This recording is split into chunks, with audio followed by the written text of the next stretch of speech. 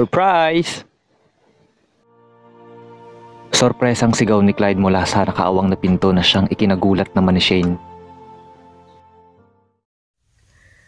Love naman, kinulat mo ako. Inis na sambit ng dalaga nang mapaharap ito at mahinang hinampas sa balikat ang nobyong nakangiti lamang ng malapad. Sorry naman, siya nga pala para sa'yo. Happy 21st birthday, love.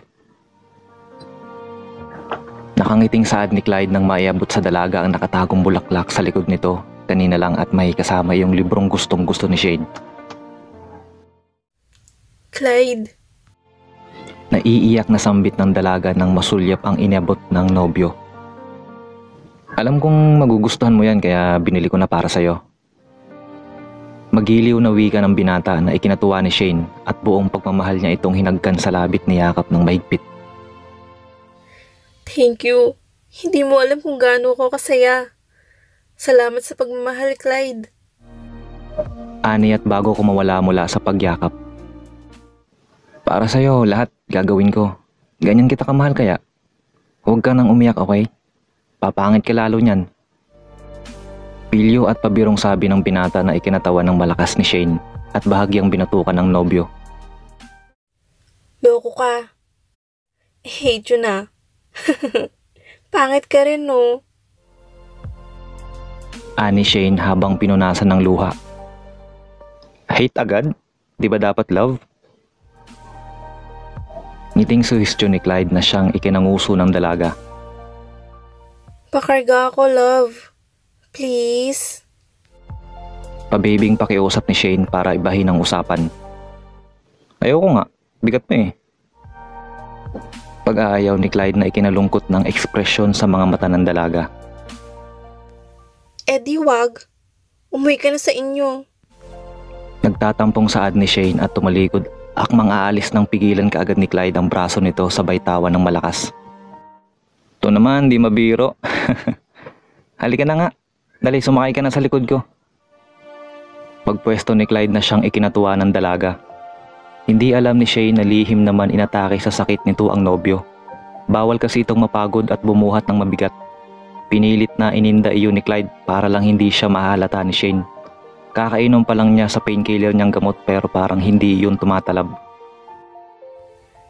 Pagod ka na ba, love? Mabigat ba ako? Tanong ni Shane sabay siksik ng kanyang mukha sa liig ng nobyo. Sandaling naipikit ni Clyde ang mata. Pinakiramdaman ang tibok ng puso ng dalaga. Saka siya nagmulat at sumilay sa labi ang matamis ng ngiti. Hindi ako mapapagod, Shane. Ikaw kaya ang lakas ko. Mabigat ka, oo, pero kakayanin ko. Saad ni Clyde na ikinangiti ng dalaga ng malapad at palihim na kinikilig. Talaga? Ang sweet naman. Ibaba mo na ako. Alam ko namang pagod ka na eh. Dagdag pa nito at kusang bumaba na hinayaan lamang ni Clyde.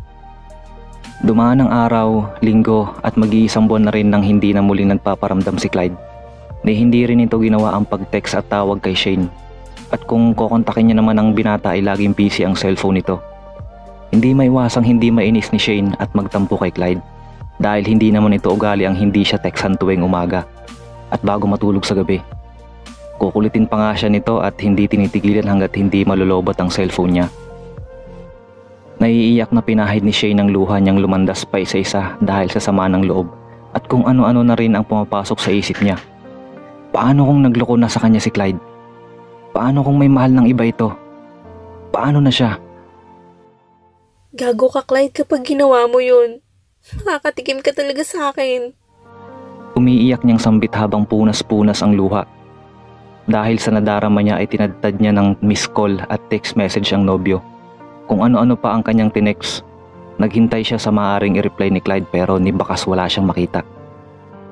Humihikbi niyang tinipa muli ang keyboard ng kanyang cellphone at sa galit at inis niya ay nagawa niya makipaghiwalay sa nobyo pagkatapos ay walang pasabing tinanggal ang battery ng kanyang cellphone at kinuha ang SIM nito bago pinutol. Samantalang hirap na hirap naman sa kalagayan nito si Clyde. Lalong lumala kasi ang sakit nito sa puso. Nangihina na din ang katawan niya nang mabasa ang mga mensahe galing kay Shane. Mahigit 1 buwan na siyang nakahilata sa puting kama. Gustong-gusto man niyang aminin sa nobya ang kanyang sakit pero ayaw niya itong mag-alala at kawaan siya. Ngunit sa paraan niyang iyon pala ay nahantong sa hiwalayan ang nangyari. Magkakamali ka, Shane. Mahal na mahal kita. Nahihirapan niyang saad habang namumuo ang luha sa kanyang mga mata at anumang oras ay babagsak ang mga iyon. Good morning, love. Good night. Busy ka ba? Clyde, mag-response ka naman, please. Miss na kita. Clyde, may iba ka na ba? Pakiusap naman. Sabihin mo sa akin kung may iba ka na. Hindi ako tanga, Clyde. Nakakasawa ng maghintay. Kahit isang hi at hello galing sa'yo, hindi mo magawa. Nagsasawa ka na ba sa akin? Hindi ba ako sapat para sa'yo? Nakakainis ka na. Sunod-sunod na pinadalang mensahe sa kanya ni Shane na ikinapilit niyang bumangon pero nabigo siya dahil para siyang paralisang hindi maigalaw ang katawan. Shane, mahal ko. Naiiyak niyang sambit. Tuluyang bumagsak ang mga luha ni Clyde nang mabasa niya ang huling mensahe ng nobya at siyang ikinadurog ng kanyang puso ng pinong-pino. Mahal kita, Clyde. Pero itong ginagawa mo sa akin, hindi ko matanggap. Namimiss na kita. Gusto ko itang yakapin pero nasan ka? Bigla kang hindi nagparamdam. 3 buwan na kitang hinihintay, Clyde. Sorry pero nakikipag-break na ako sa'yo. I hate you. Walang patid ang paglandas ng luha ni Clyde dahilan para sumikip ang dibdib nito at nahirapang huminga. Bigla siyang nahulog sa kamang hinihigaan niya sa kagustuhang makatayo at mapuntahan si Shane. Nahirapan man siya ay pinilit niyang abutin ang cellphone niya ngunit nabigo siyang gawin iyon dahil unti-unti na siyang nilalamon ng kadiliman. Bago pa man tuluyang sumara ang talukap ng kanyang mga mata ay may boses siyang narinig. Boses ng isang babaeng natataranta at mabilis itong tumawag ng saklolo. Bakas ng isang malungkot na ngiti ang napuna ni Aling Feli kay Shane. Napakaganda nito sa puting trahe de boda na pinagawa pa ni Ken. Napakaganda mo, anak. Bagay na bagay sa'yo. Puri ni Aling Feli para matuon ang pansin ng kanyang anak. Salamat, Nay. Tipid na sambit ni Shane. Ngumiti ka na, anak. Pangit sa babaeng ikakasal ang ganyan itsura. Sige na. Ihanda mo na ang sarili mo at ihahatid ka pa ng tatay mo doon sa labas. Puna ni Aling Feli at hinilikan sa pisngi ang anak at pinahiran ang nagbabadyang luha sa mga mata. Maging masaya ka. Dugtong nito bago tumalikod. Naiiyak na iniyuko na lamang ni Shane ang ulo niya bago humakbang papalabas. Ngunit sa paglabas niya ay doon tumambad sa harap niya ang isang lalaking kay tagal niyang hinintay na bumalik. Nanghina ang katawan niya at nawala ang munting ngiti sa labi nang matapos pagmasdan. Ang dating nobyong maputlat, nakasuot pa ito ng damit pasyente na pinatungan lamang ng jacket ang suot. Shane. Matamlay at mahinang sambit ni Clyde sa pangalan niya dahilan para lumaglag pa isa-isa ng tuluyan ang kanyang mga luha.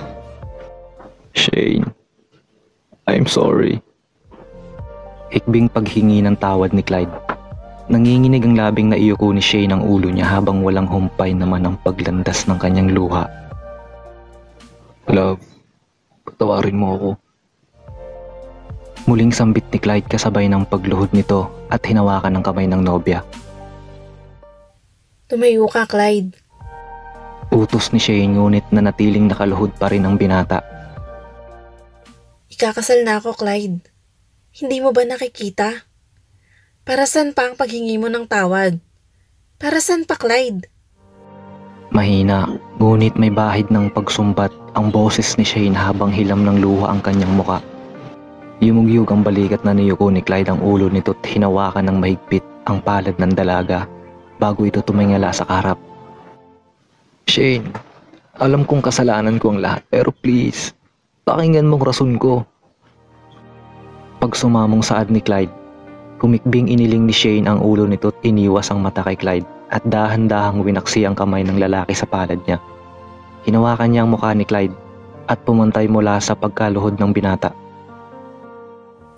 Clyde, Wala nang tayo. Hindi na may babalik ang dating tayo. Kahit papakinggan kita. Wala na, Clyde. Mahal kita. Yun ang totoo, pero huli na. Huli ng lahat. Garalgal ang boses ni Shane. Hindi totoo yan, Shane. Tingnan mo ako sa mga mata ko. Sabihin mong lahat-lahat, pero huwag naman yung ganito. Nasasaktan ako at nahihirapan, Shane. Para na rin akong pinapatay dahil sa sakit ng sinabi mo. Umiiling at humihikbing ani Clyde. Pinili ko ang lumaban para makasama ka pa kahit sa huling sandali ng buhay ko. Patawad kung inilihim kong lahat. Patawad kung hindi ko magawang ipaalam ang sakit ko. Dahil sa ayaw kitang mag-alala, Shane. Mali ba ako sa paraang yon? Nanghihina niyang sambit na ikinayakap sa kanya ng mahigpit ni Shane. I'm sorry, Clyde. I'm really sorry. Hindi ko alam ang lahat. Pero ano pa't nangyari na ang lahat? Mahal kita. Mahal na mahal. Pero si Ken, siyang lalaking pakakasalan ko. Siya ang kasama kong magbubuo ng pamilya. Hikbing sambit ni Shane habang titig na titig kay Clyde. Please, palayain na natin ng isa't isa. Dugtong nito't pakiusap. Parang tinusok ng matulis na bagay ang puso ni Clyde sa sakit nun nang makiusap ang dalaga. Naipikit nito ang mata ng mariin at humigpit ang pagyakap niya sa babaeng minamahal. Kasabay ng paghikbi niya ng matagal sa balikat nito. Makakaya ba niya? Paano siya mabubuhay nang wala ito sa piling niya? Ikiniya siya patayo ni Shane at initian. Ito na rin ang pumahid sa mga luha niya. Piliin mong mabuhay ng matagal, Clyde. Kahit wala nang tayo, para na rin sa ikatatahimik ng puso ko. Hayaan mo akong maging masaya sa araw na ito. Halos pabulong na pakiusap ni Shane na ikinatango na lamang niya at imo kong humiwalay at pilit na pinasigla mo ka. Bakas man ang lungkot at sakit sa mukha niya ay nagawa nitong ngumiti sa harap ng babaeng minamahal. I will, Shane. Best wishes for you, my love. Hindi ko man malaman kung paano ako mabubuhay nang wala ka. At kahit masakit man, pero pipilitin kong kalimutan ka. Dito. Nahihirapang saad at gumaralgal ang boses ni Clyde sabay turo sa dibdib nito. Ngumiti na malungkot si Shane bago inalayo ang sarili sa binata. Thanks, Clyde. Tanging sambit nito bago tuluyang tinalikuran ng lalaking naiwang nakatayo. Naiwang nasasaktan at masakit ang loob na humikbi si Clyde. Nagamot nga siya sa sakit nito pero naiwan namang sugatan ng puso niya. Sisihin man niya ang sarili ay huli ng lahat. Love once can't easy to let go, but acceptance and forget is the best way to move on.